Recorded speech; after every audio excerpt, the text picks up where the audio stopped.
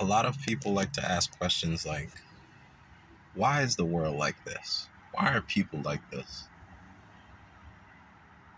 And to answer that question, it requires an examination of oneself to understand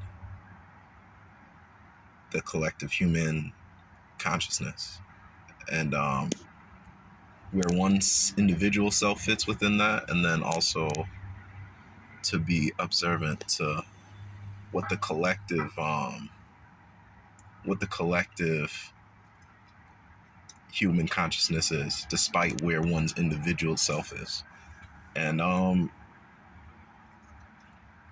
consciousness, the human consciousness, is not one person's individual consciousness. It's the collection of all human consciousness. So first one has to observe that why the world is the way it is because there's a collective consciousness that differentiates from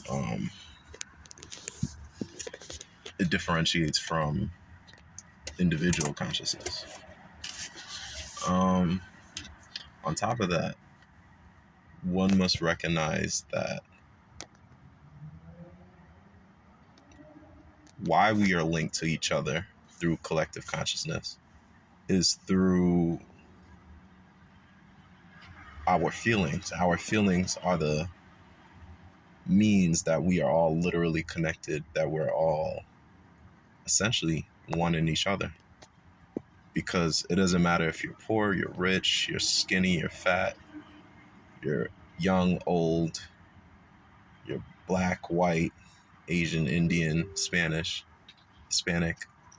We all experience the same emotions. We all experience insecurities. We all experience confidence. We all experience pride. We all experience peace. We all experience anxieties. We all experience anger. We all experience guilt. And through that link of feelings, we are connected to the same consciousness. Because before human bodies existed, we were just conscious energy dividing and multiplying. And to the point that now we have divided individual consciousness that helps us frame our individual experience. So we have to kind of zoom out of that individual experience and zoom out to the collective experience so we could observe the movement of consciousness. And that's how you become aware of human consciousness. And then once you do that, you kind of free yourself from the limitations of individuality, because now you can see the world is bigger than me. I mean, sometimes it sounds simple, and it's because it is, but I think we lose this sense of collective accountability because we get caught up in our own individual lives, which is understandable because we all have different paths, different contexts to what we're doing.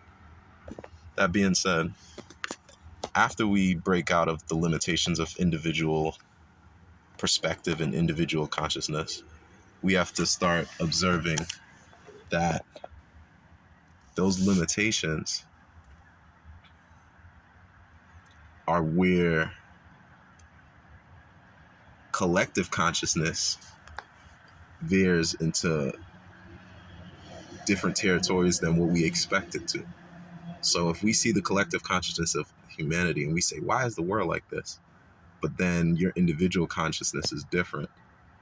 It's also hard to perceive the collective consciousness because you're not seeing outside of yourself.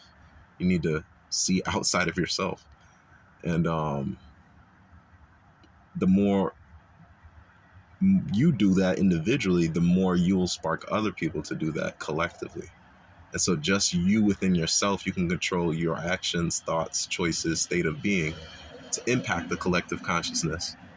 And you individually can't change it, but you impacting the others around you to change themselves will essentially trickle up. And so when we ask ourselves, like, why do people drop bombs on different countries? And some of these things may have preceded us. Some of these things may have to do with other countries. And we may say that has nothing to do with me. But it's like, in reality, if you're human, it has everything to do with you. Because we have to share this earth, because we experience the same feelings. And therefore, that's all you need for there to be a connection. It doesn't have to happen in your lifetime. It just has to happen and occur with humans. And so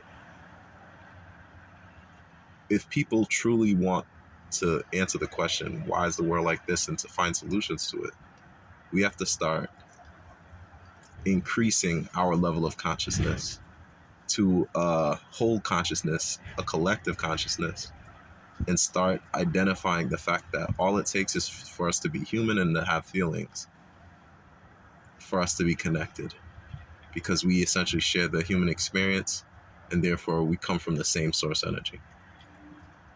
So that's why the world is like this.